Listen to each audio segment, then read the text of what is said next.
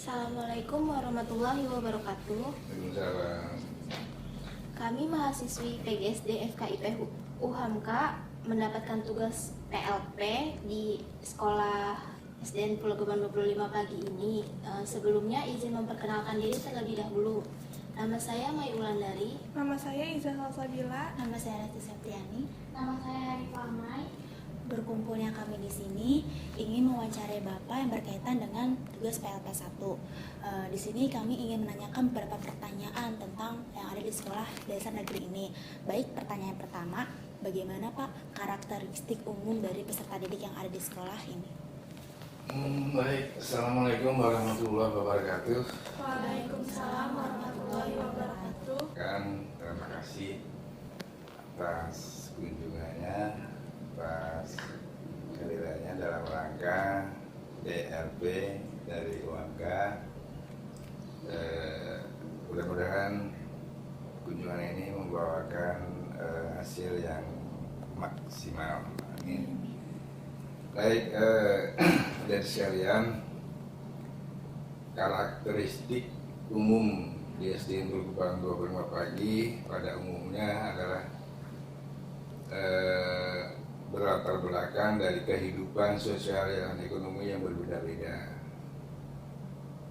sehingga orang tua harus bekerja memenuhi kebutuhan hidupnya untuk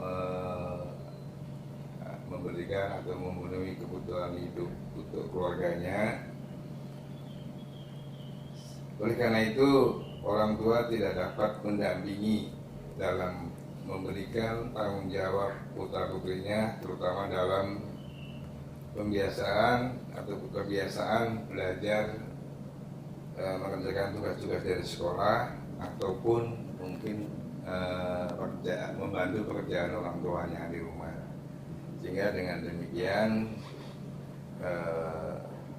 perlu kita tekankan bahwa di dalam sekolah atau di sekolah setiap harinya ada pembiasaan yang mengacu pada untuk kehidupan sehari-harinya. Sementara itu, terima kasih. Pertanyaan selanjutnya, bagaimana susunan struktur organisasi di sekolah ini, dan untuk masing-masing komponen yang termasuk di dalam susunan organisasi tersebut tugasnya seperti apa saja? Struktur organisasi itu sudah ada di papan Mading, jadi kami mempunyai struktur yang paling atas atau di dalam struktur sekolah itu ada Kasatlank, yaitu Kepala Satuan Pelaksana Pendidikan yang ada di kecamatan.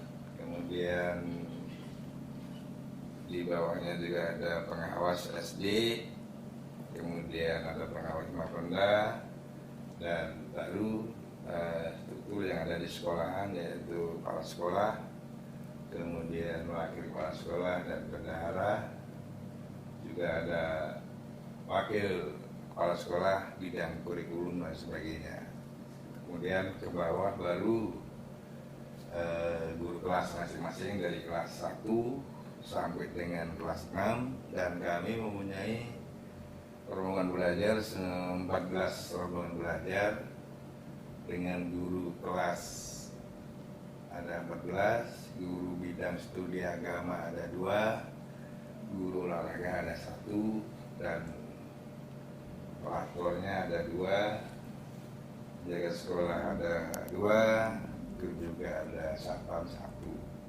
Nah, itu struktur organisasi, mungkin bisa nanti kita lihat di papan pengumuman atau papan data, bisa dilihat di sana. Ya, itu. Yang berikutnya, bagaimana cara Bapak sebagai kepala sekolah dalam mensosialisasikan dan mengimplementasikan peraturan dan tata tertib sekolah? Dalam memberikan penjelasan kepada stakeholder sekolah terutama, kemudian juga pada orang tua murid terkait dengan peraturan, yang jelas pada awal tahun kami merevisi, kami membuat, kami memusyawarahkan aturan-aturan tata tertib sekolah itu yang masih relevan kita pakai, yang tidak ya kita buang untuk diganti dengan aturan-aturan baru yang ada, yang disesuaikan dengan kondisi yang ada. Kemudian setelah terjadi aturan-aturan yang baku, kita sampaikan kepada orang tua murid melalui WA grup kelas, dan juga kita tempel di sekolah, kemudian kita tempel di kelas-kelas untuk pemberitahuan kepada siswa dan siswi yang ada di perguruan 25 pagi ini, sehingga setelah adanya tata tertib, siswa bisa membaca di papan pengumuman atau mungkin disampaikan dari guru dan sebagainya untuk dijalankan dan untuk dilaksanakan untuk siswa itu sendiri. Terima kasih. Baik, untuk pertanyaan nomor 4, untuk agenda seremonial formal yang dilakukan rutin oleh sekolah ini ada apa saja, Pak? Ya, untuk seremonial formal untuk sekolah ini yang selalu sering kita lakukan adalah untuk upacara bendera yang dilaksanakan pada hari Senin, yang petugasnya adalah bergantian antara kelas 4, 5, dan 6, juga termasuk pembina upacaranya. Nah, selain daripada rutin hari Senin, juga ada upacara dalam rangka memperingati hari-hari nasional, 17 Agustus, kemudian Hari Guru, kemudian Hari Pendidikan Nasional dan sebagainya.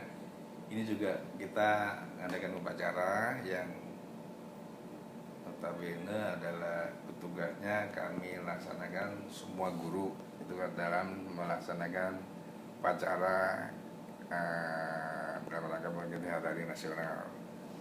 Kemudian juga di awal tahun juga kami mengadakan rapat dengan orang tua murid dengan menyampaikan program-program 1 tahun ke depan. Juga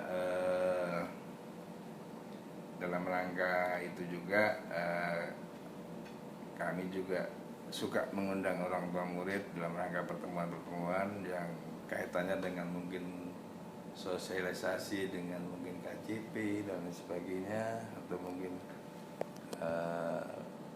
PPDB dan sebagainya. Ini sering kita lakukan secara spontan gitu ya. Itu, terima kasih. Baik Pak, untuk pertanyaan selanjutnya, apa saja kegiatan kokurikuler dan ekstrakurikuler di sekolah ini? Untuk kegiatan ekstrakurikuler, kita ada ekstrakurikuler menari, juga ada ekstrakurikuler marawis, drum band, tari, vokal, dan pramuka. Itu untuk yang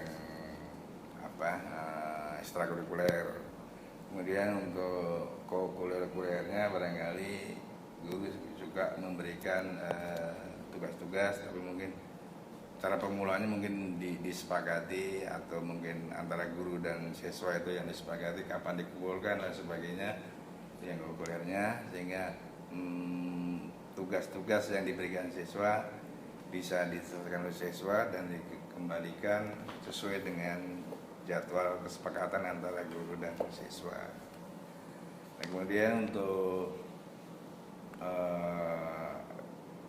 kurikulernya, kegiatan belajar mengajar dimulai dari Senin sampai Kamis, yaitu dari anggaplah sebelum KBM ada pembiasaan tadi. Jadi jam 6:30 itu mulai pembiasaan, kemudian jam 7 baru mulai kegiatan KBM, kegiatan belajar mengajar yang dilaksanakan di kelas sesuai dengan jadwal yang ada di dalam kelas masing-masing, dan sampai dengan jam 12.10. Setelah itu baru dilanjutkan dengan tadi saya sampaikan sholat berjamaah atau sholat zuhur berjamaah. Terima kasih. Baik, untuk pertanyaan terakhir, bagaimana cara Bapak dalam mengembangkan pembiasaan dan kebiasaan positif pada peserta didik, terutama di lingkungan sekolah? Ya, yang kita ambil yang pertama adalah kita akan menanamkan putra-putri kita, menanamkan siswa SD Berkembang 25 pagi dengan cara pembiasaan yang dilakukan setiap hari Senin sampai dengan Jumat. Dan hari Senin tadi adalah pembiasaan, termasuk pembiasaan itu hari upacara. Kemudian hari Selasa itu pembiasaan dikir bersama atau tadarus bersama dari mulai Selasa sampai hari Kamis yang dilaksanakan di lapangan bersama-sama, termasuk yang non-Islam juga melaksanakan kegiatannya sesuai dengan ajarannya di atas. Dan kemudian pada hari Jumat kita laksanakan baca Yasin. Kemudian setelah baca Yasin kita dengan doa bersama, dan setelah itu baru kegiatan. Mungkin ada Jumantik, mungkin ada PSN, kemudian juga dilanjutkan dengan senam bersama di sekolah ini. Jadi itu diantaranya yang harus atau yang kita tekankan pada sekolah kami. Dan selain itu juga setelah selesai dari pembelajaran, jadi jam 12.10 itu selesai pembelajaran, kemudian dilanjutkan bagi siswa-siswi kelas 4, 5, dan 6 wajib untuk mengikuti sholat berjamaah di musola. Dan ini dilakukan wajib oleh siswa maupun guru. Itu yang harus ditekankan ke stakeholder kami. Ya. Terima kasih Bapak sudah meluangkan waktunya untuk kami wawancarai. Kurang lebihnya mohon maaf dari kelompok kami. Wassalamualaikum warahmatullahi wabarakatuh. Waalaikumsalam warahmatullahi wabarakatuh. Baik, adik sekalian, terima kasih telah berkunjung, telah hadir di SDN Pulau Gebang 25 pagi dalam rangka ERT.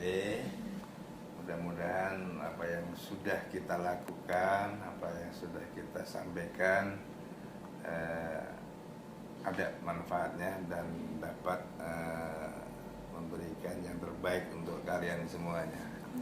Terima kasih dan mohon maaf atas segala kekurangan-kekurangan kami, dan saya akhiri billahi taufiq wal hidayah. Assalamualaikum warahmatullahi wabarakatuh. Waalaikumsalam warahmatullahi wabarakatuh.